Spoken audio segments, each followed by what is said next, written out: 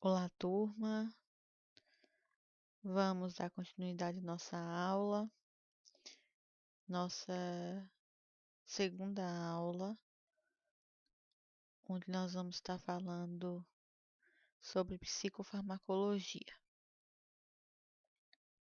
Eu particularmente amo falar, né, sobre os fármacos, sobre os medicamentos utilizados na psiquiatria. Eu acho muito interessante, eu acho muito importante dentro da saúde mental. Tratamento medicamentoso, juntamente com a terapia, juntamente com oficinas, N, N formas de ajudar o paciente, né, com algum problema psiquiátrico, mas os medicamentos eu acho incrível a forma, né, como nós precisamos entender o funcionamento, o mecanismo de ação, a forma como ele vai agir, quanto tempo, os diferentes tipos de medicamento para diferentes patologias. É importante, né, vocês como futuro técnico de enfermagem ter um conhecimento sobre esses medicamentos. E muitas vezes o técnico chega na prática cru, né, quase sem nenhuma experiência relacionada a medicamentos dentro da área da psiquiatria. Então, é um componente, né, crucial dentro do atendimento psiquiátrico. Existem, né, várias classes de medicamentos. Eu trouxe aqui 5 delas, nós vamos estar falando: os hipnóticos e ansiolíticos, benzodiazepínicos, os antidepressivos, estabilizadores de humor, antipsicóticos e alguns fitoterápicos. Aspectos gerais. Os psicofármacos são substâncias que alteram a atividade psíquica, aliviando sintomas de transtornos psíquicos ou promovendo alterações na percepção e no pensamento. As etapas do tratamento têm a etapa inicial, que normalmente é na fase aguda, a estabilização, manutenção e retirada. Aqui de início, os hipnóticos e ansiolíticos, eu trouxe os benzodiazepínicos, que devem normalmente ser utilizados por mais de 8 semanas, ou seja, em média de 2 meses no mínimo, porque eles precisam também de um tempo para ter o seu efeito. Normalmente esses medicamentos duram de 7 a 10 dias para começar a fazer efeito.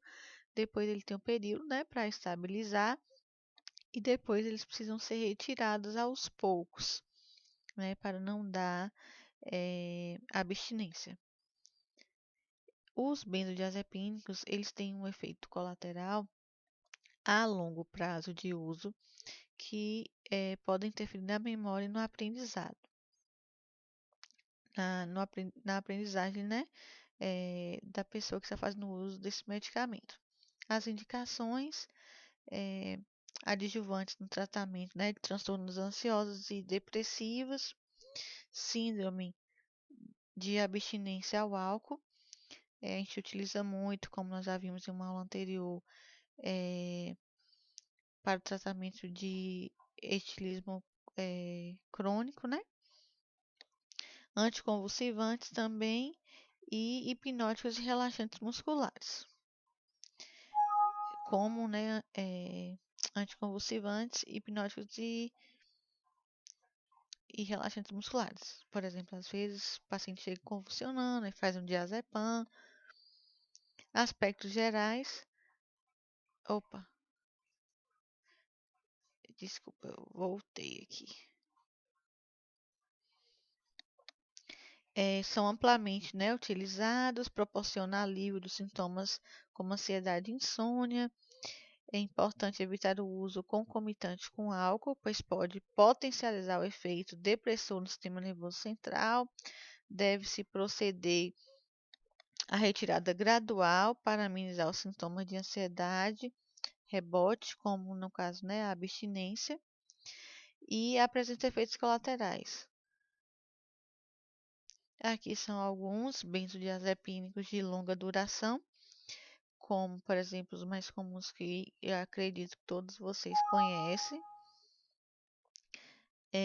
o diazepam, o clonazepam, tem de 2 miligramas, comprimido, tem de 0,5 miligramas comprimido, tem o de gotas, que é 2,5 miligramas por ml, tem outro ali, o clobazam, também utilizado.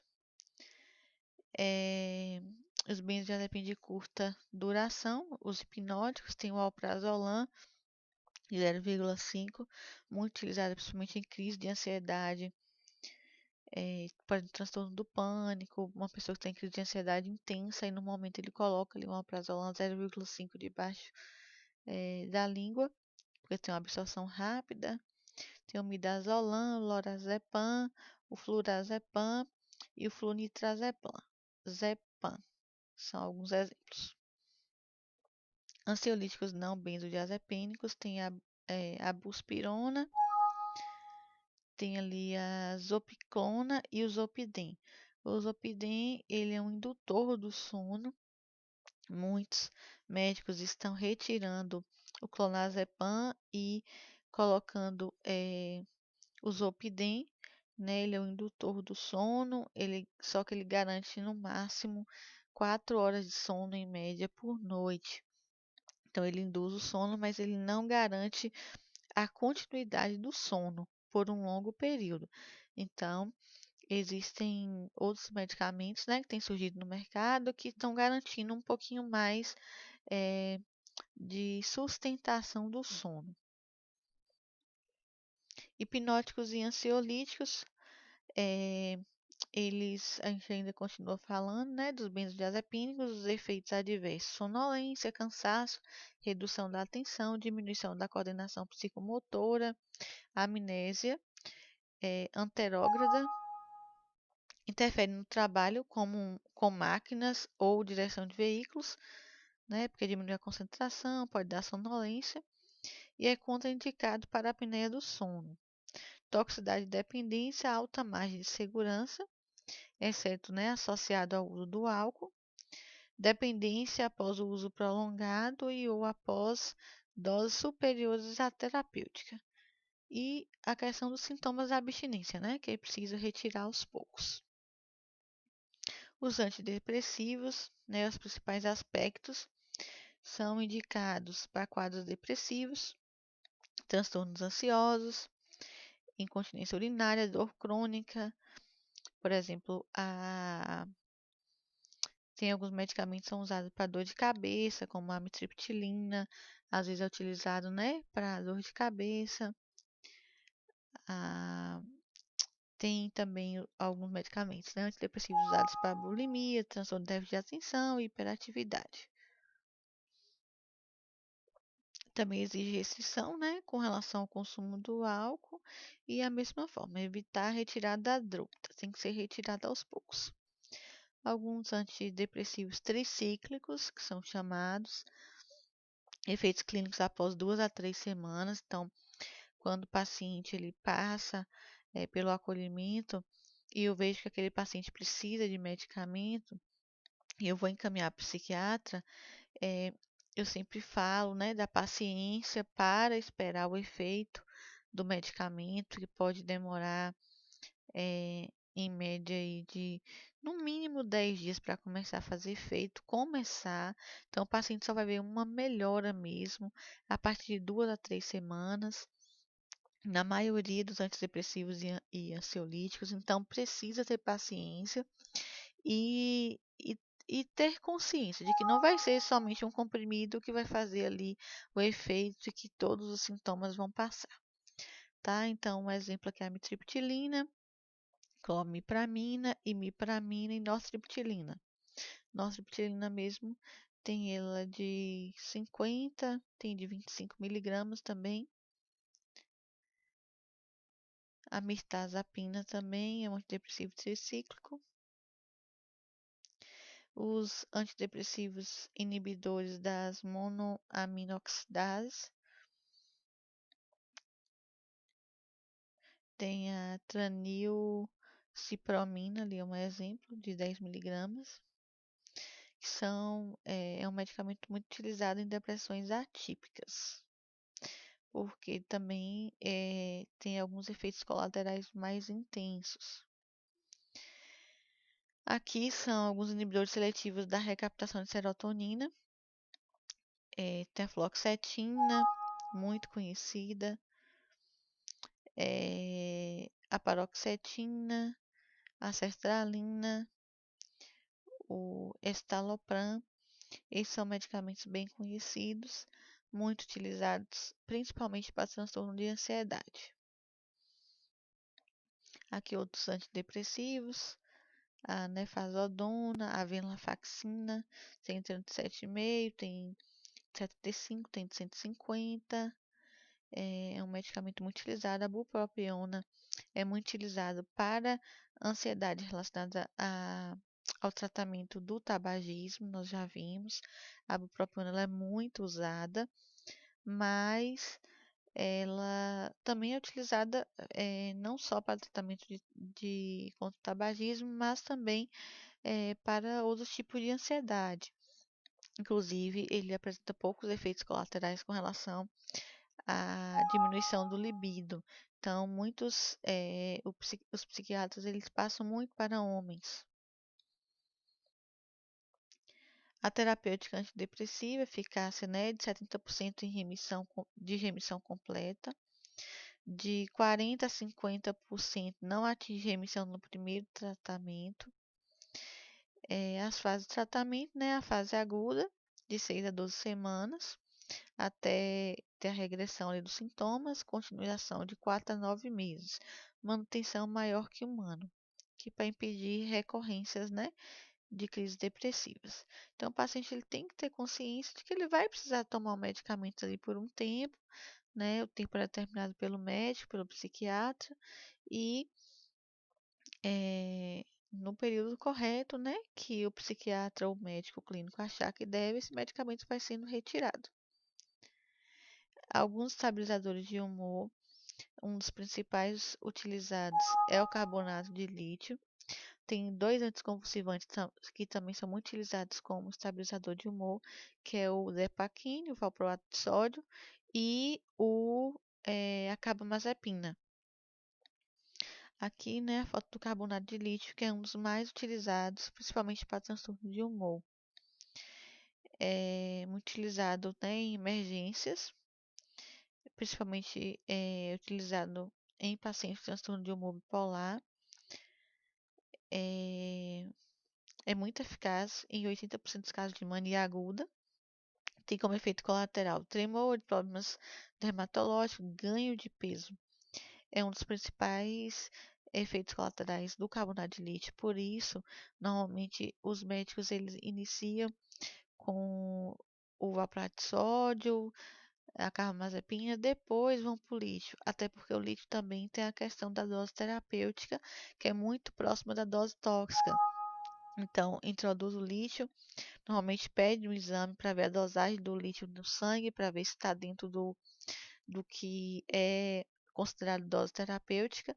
Aí, se tiver diminuído, aumenta a dose. Se tiver aumentado, tem que reduzir a dose para chegar nessa faixa, né, de que não está tóxico e que está, né, da dose adequada. Alguns estabilizadores de humor, eu trouxe aqui, como eu falei, o Depaquine, a carbamazepina, a lamotrigina também. Alguns antipsicóticos agora ou neurolépticos, usados no controle de delírios e alucinações em pacientes psicóticos. É muito eficaz no controle de agitação. Indicação, né? Esquizofrenia, episódio de mania, estados mistos maníacos ou depressivos, depressões psicóticas, comportamento de violência impulsiva, distúrbio de comportamento em doenças de Alzheimer e Parkinson e psicoses orgânicas. Alguns aqui Tioridazina, que é muito conhecida, a clorpromazina, tem a risperidona, o Aldol de 5 miligramas, tem Aldol de 1 miligrama. Tem, gente, o Aldol de liberação rápida, que é o haloperidol, 5 miligramas por ml, intramuscular, no caso, que é a injeção. E tem o Aldol decanoato, que é normalmente o antipsicótico utilizado principalmente em CAPS, porque é um medicamento de uso eh, para tratamento crônico e não para urgência. Então, na urgência se usa o haloperidol, o Aldol simples. Na rotina, em tratamento, né, para manter o paciente estável, se usa o Aldol decanoato. O nome já fala, é o Aldol de depósito. Esse medicamento ele vai sendo liberado aos poucos, tá? Então, normalmente é feito de 21 em 21 dias, 30 em 30 dias, é para manutenção. Já o haloperidol simples é utilizado em urgências psiquiátricas. A clorpromazina também tem ela injetável, tá? É muito utilizado também em pacientes quando chegam em surtos. Alguns antipsicóticos atípicos mais modernos tem a olanzapina e a quetiapina, que são muito utilizados. Ambos são disponibilizados pela regional, né, antiga de IDS. Tem efeitos muito positivos em sintomas psicóticos. A olanzapina, se você for comprar, a média de 700 até R$ 1.000, 30 comprimidos, então é muito caro. Tem alguns genéricos que eu já ouvi dizer que chega a R$ 300 mais ou menos, mas é um medicamento de alto custo, bem como a quetiapina também, né? Então, o Estado libera esses medicamentos após o cadastro realizado ali na regional. Aí, normalmente, o médico, né, ou o assistente social do CAPS arruma toda a documentação, precisa de um relatório, precisa de um preenchimento de um formulário, e aí o assistente social, juntamente com a equipe médica, realiza, né, todo o procedimento para solicitar esse medicamento. Existem alguns fitoterápicos também que são utilizados, né, como antidepressivos ou ansiolíticos, utilizados em quadros mais leves. Um bem comum, bem conhecido é a valeriana, é, a gingobiloba também é outro bem conhecido. A valeriana é muito utilizada para tratamento de insônia. Assistência de enfermagem, né, a pessoa submetida à psicoterapia. Que eu estou falando um pouquinho que a clorpromazina foi o primeiro antipsicótico, assim, o primeiro medicamento, né, que veio para ajudar nas questões de pacientes psiquiátricos, muito utilizado em hospitais, né, um medicamento utilizado tanto em comprimido para uso contínuo quanto para em urgência psiquiátrica.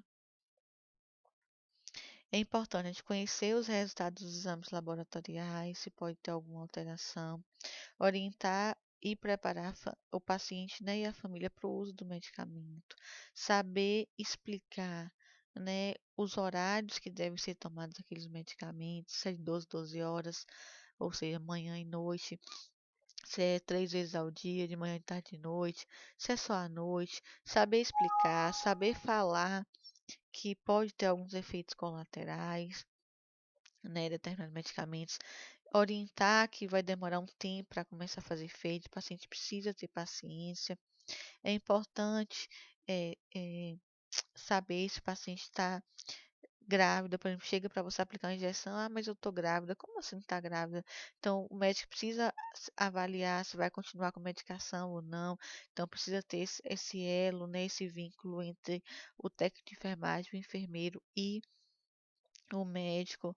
É, Uso de drogas também a gente precisa saber para intervir, verificar sinais vitais, o peso, saber como é que está o padrão de sono, a deambulação dos pacientes, está andando de forma adequada, está tendo um efeito colateral muito intenso.